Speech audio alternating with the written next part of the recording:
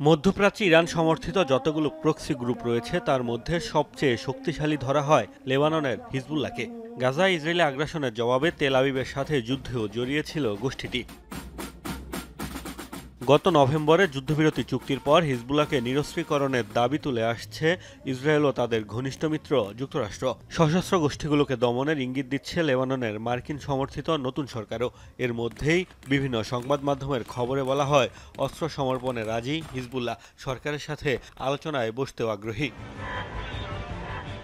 তবে গুঞ্জন উড়িয়ে দিয়ে হিজবুল্লাহ প্রধান নাঈম কাসেম সাফ জানিয়ে দিলেন অস্ত্র সমর্পণ করবে না তার সংগঠন। দাবি করেন তাদের অস্ত্রের কারণেই লেবাননের সার্বভৌমত্ব রক্ষা সম্ভব হচ্ছে। আমরা কাউকে হিজবুল্লাহকে নিরস্ত্র করতে দেব না। হিজবুল্লাহর ডিকশনারিতে নিরস্ত্র বলতে কোনো শব্দই নেই। আমাদের প্রতিরোধ বাহিনীর মেরুদণ্ডই হচ্ছে অস্ত্র। এটি আমাদের জনগণের জীবন ও ভূখণ্ডের স্বাধীনতা রক্ষা করছে। টেলিভিশনে সমর্থকদের উদ্দেশ্যে দেওয়া ভাষণে নাঈম কাসেমের হুঁশিয়ারি, ইসরায়েল, যুক্তরাষ্ট্র ও তাদের সমর্থিত কেউ হিজবুল্লাহকে নিরস্ত্র করতে চাইলে ছাড় দেওয়া হবে না। যারা প্রতিরোধ বাহিনীর উপর হামলা কিংবা নিরস্ত্র করতে কাজ করবে তাদের মোকাবেলা করা হবে।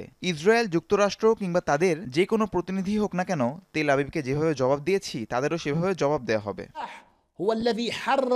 লেবাননে ইসরায়েলের হামলা বন্ধ না হলে কারোর সাথে আলোচনা নয়, এমন বার্তাও দিয়েছেন হিজবুল্লাহ প্রধান। আমাদের মাথার উপর যুদ্ধবিমান উঠছে, দক্ষিণাঞ্চলে দখলদারিত্ব চলছে, আর যুক্তরাষ্ট্র আলোচনার জন্য চাপ প্রয়োগ করছে যাতে তাদের নির্দেশ চাপে দিতে পারে। এটিকে সংলাপ বলে না, বলে আত্মসমর্পণ। জাতিসংঘের তথ্য, যুদ্ধবিরতি চুক্তির পর ইসরায়েলের হামলায় কমপক্ষে ৭১ জনের মৃত্যু হয়েছে লেবাননে। তেল আবিব চুক্তি লঙ্ঘন করলেও ভাষণে শর্ত মেনে চলার অঙ্গীকার করেছেন নাঈম কাসেম। মোস্তফা মাহমুদ, যমুনা নিউজ।